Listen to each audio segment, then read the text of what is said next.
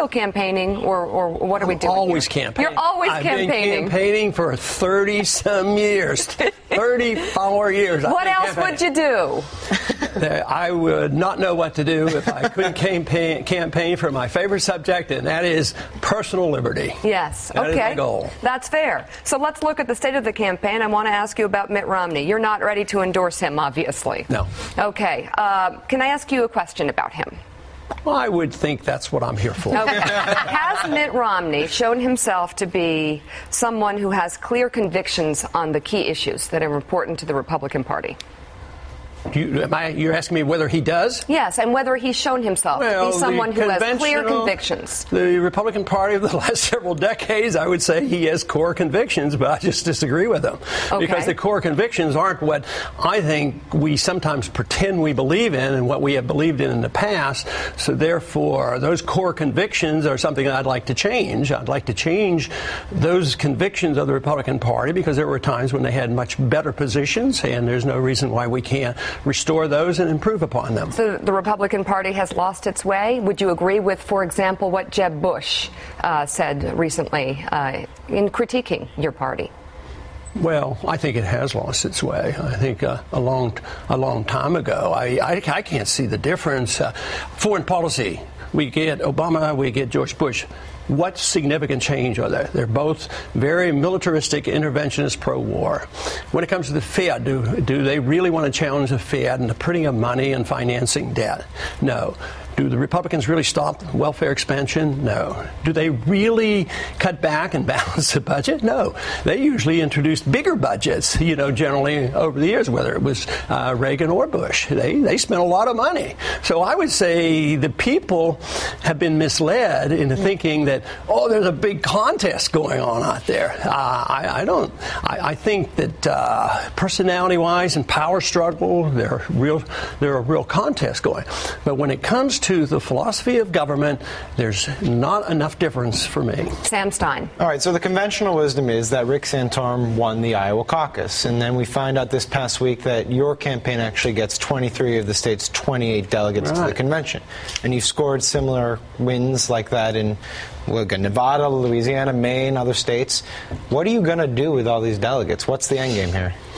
Well, unfortunately, we don't have quite enough, to take over the convention. Okay, that was the ultimate goal. But I think that, and under the rules, they're going to restrain us because as of now, I'm not sure whether I will have a public presence. But we will have a president, the organization, because even those many who have been nominated and elected as delegates and will be obligated to vote for Romney are really our supporters. So that means the atmosphere, what's going on, platform fights, and the excitement will be with our group. Have you asked or have you been asked by Mitt Romney to have a speaking portion at the convention? No, I have not asked specifically, and he hasn't invited me to. We under the rule, if we'd have had 5 clear-cut wins, in the state, they would have been obligated to allow my name be nominated and then give a speech, which would be my speech, and a 15-minute speech. And that right now, because of the questionable way who gets seated, and sometimes these delegations would win them, and in Nevada, there's controversy. One last second question. How are you hoping to influence the party platform? What specifically do you want in the language that would placate your hordes of followers? Precisely, definitely follow the Constitution. Okay. Whether it's on declaration of war, whether it has to do with monetary policy, whether it has to do with doing things that are not unauthorized, like the welfare state, we want to challenge the whole thing. Okay, Alex Wagner now. Dr. Paul, I want to go back to something that Mika said. You're often seen as an outlier for the Republican Party. Do you think the tent is big enough right now? And if Mitt Romney loses in November, what do you think the repercussions are for the GOP? Well, I always think that no matter what comes of it, there should be a positive outcome for it. Do you think there will be? I know the word outlier is a common term, and I'm not criticizing you, but really the problem is the Republican Party has become the outlier for the cause of liberty, and what they pretend. I want to work on the platform, but we know platforms don't change people's attitudes. That's what we want to do: get attention. Change in the attitude so that we who are perceived as outliers become the insiders. And that's what's happening. That's what people aren't quite aware of, because we're winning state delegations, state chairmen, and small offices, anywhere from city councils to county commissioners. That's what's happening. All you have to do, and the subject hasn't come up yet, look at the next generation. I mean, there is so much excitement out there, and although we have the greatest influence on young people, this movement, which is they think that's all. No, we have a lot of people who are joining who aren't under 30. But the big deal is that the next generation are sick and tired of what they're getting, and they're looking for something. And what we're offering seems to have great appeal to the young people, because they know they're getting a bad deal, they're getting bankruptcy, they're getting war, they're getting just all the problems dumped on them. Dr. Paul, I'm going to throw a couple of things out there. Alex, you take a question out of this. I'm going to end on reading you a part of Joe's piece from Politico.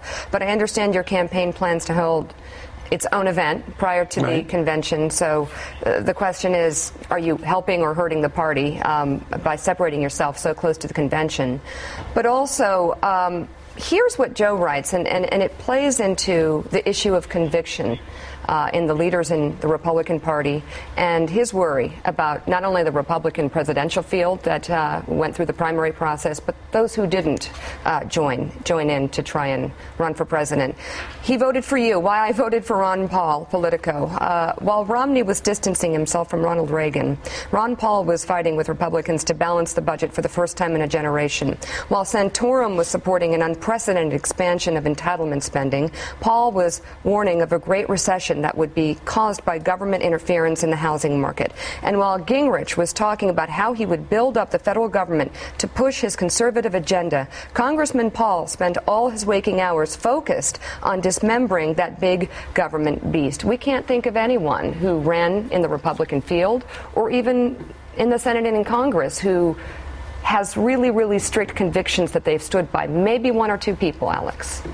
No, I mean, I think the slogan widely acknowledges consistency. Thy name is Paul, and that consistency is why I've been to, on the campaign trail. I've been to your rallies. I've seen those crowds where it's folks in their 70s, it's folks in their 80s, it's really young people. It's and a lot of Canadians. I don't know why. That's what I found on the campaign trail. The message of liberty is universal. We get a lot of messages from almost every country in the world. Here. Okay. But and yet the standard bearer for the party right now is someone who has been attacked roundly for having no consistency in any of his platform positions. So it does, when you look at the Republican Party, it's not just Democrats who say this. There is a certain sense that it is in crisis. And I guess the question is, depending on what happens in the fall and November, is there going to be time where the Republican Party spends some time on the psychiatrist's couch and thinks, okay, we need to sort of circle the wagons and figure out what we really believe in? Well, our goal, if we're not going to be the nominee, if I'm not going to be the nominee, the goal is to show that there's a political benefit toward accepting some of the views that we have, or all the views that we have, that there's a benefit. Because most people aren't driven by philosophy in government, believe it or not. They are not. That is not their goal. Their goal is to be in office. But there needs to be an attempt to get people to believe in something. And because that's what the people want. And sometimes they need it more than others. Right now, in the last 5 years, why there's been such a great growth in our philosophy is of the need. Wars are endless. The people are tired of them. The money is there. The debt is there. The crisis had come. So therefore, the door is wide open. So I believe we're actually doing a favor for the Republican Party if they would look to us for guidance and to realize that if they would accept some of these things, they might have an easier time winning, rather than just saying capitulate say conform, don't even have a discussion. Why should there not be a discussion at a convention? You and I, everybody pays for this. $18 million to pay for this, and you're not allowed to have a discussion? The Democrats, they don't even have a contest. $18 million just for this PR stunt. A lot of videos. All I want to do, if I don't get a speech on the floor in the convention, all I want to do is have a little meeting and say, hey, look, we have numbers, we have people, we have enthusiasm, we believe in something. Why don't you pay a little attention? And actually, I think they are. They don't know quite how to handle it. They're not quite ready to say, oh, yeah, I guess it's time we get out of Afghanistan. They're not ready for that. But this is what the people want. Mike Barnacle in New York has a question for you, Congressman Paul. Mike. Congressman, a few moments ago I heard you talk about there is a next generation out there, another generation that have grown tired of carrying the burden built up by past generations. And you mentioned exploding budgets, foreign wars, and things like that. And I've heard you speak several times, and when in your condemnation of the welfare state, it would seem to me that you are headed in the direction of eliminating programs like Social Security, Medicare, and Medicaid. Am I wrong on that? Well, sort of, because there's a good time sequence. As adamant as I am about the purity of a philosophy, I'm also very pragmatic when it comes. I want to get rid of the Fed, but I also don't want to get rid of the Fed tomorrow. What I want to do is have competition with the Fed and let the Fed self-destruct. And when it comes to welfare, matter of fact, I'm probably the best protector of Social Security and some of these programs for child health care and elderly health care, because we can't afford it. We're going bust, and it's all going to collapse. You have Obamacare is totally destructive to the medical care system. I'm saying I want to cut $1 trillion out of the budget, but a lot of it comes from overseas funding and war, and I say this is the only way we can preserve some of these programs and work our way out of it. I want young people to opt out of Social Security, but my goal isn't to cut. I think this is where the Republicans make a mistake. They're seen as cutting food stamps and increasing the military budget. I think it's bad politics, and so in my more pragmatic stance on how we get to the place where I want to go, actually, I'm probably offering a program where some of these programs that we have taught people to be so dependent on, I would probably preserve them longer than others because we're going to lose them because of the bankruptcy that is coming. Oh, okay. And now I've seen the composition of many of your rallies, and there are many, many, many young people who attend your rallies. Do you feel, in speaking to this next generation that you just spoke of, do you feel any obligation to talk to them, perhaps instruct them about the fact that there has always been a social contract among Americans from one generation to another to help those who need help the most? Yeah, but not through government. The best way you can help people is have freedom and free markets, incentives, production, sound money. So my goal in my program is the most humanitarian. You're insinuating that there's a socialism type or welfareism that is promised one generation to the next. That's not in the Constitution. That's sort of a 20th century concoction of welfare transfer, through force of government. But if you care about people, you have to or sound money, personal liberty, incentives to get ahead, peace and trade. These are the things that will take care of people. And we have accepted this sort of social contract you talk about for the last 100 years. And look at where we are. Look at what's happened in the last 20 years. Look at what's happened since the year 2000. Look at what's happened in the last 5 years. It's downhill. So what do we get? Education for kids. They're graduating. They have more debt, no education, and no jobs. That's what your social contract is giving you. A bit of a personal question then. Are you on Social Security? Do you get Social Security checks? I do.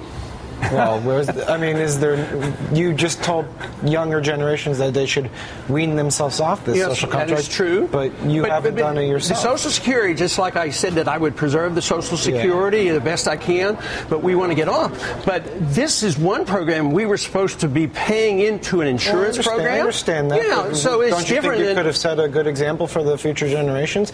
I mean, I'm not saying you're not the wealthiest man in Congress. I know that. But you have enough means to take care of yourself in retirement. Shouldn't you have provided provide an example. Do you know that you... Not to be all sanctimonious about it, but I just want to... You're not being sanctimonious, okay, you're just being a little sanctimonious. A little bit, but I'm just curious. Couldn't you have said an example? No, I think that I think the programs are so designed, just as I use the post office, too. I use government highways. I do that, too. I use the banks. I use the Federal Reserve System. Yeah. But that doesn't mean that you can't work to remove this. In the same way, on Social Security, I am trying to make a transition. Yeah. If I were 20 years old and offered that chance, I'd jump at it. And the young people jump at it because they know that this is not solvent. Yeah. So I personally don't see any consistency in that, because we were supposed to have money there, and we had this, contract. This is not like signing up for food stamps. This is signing up to get. I still pay Social Security. I pay more into it than I get out. Oh, that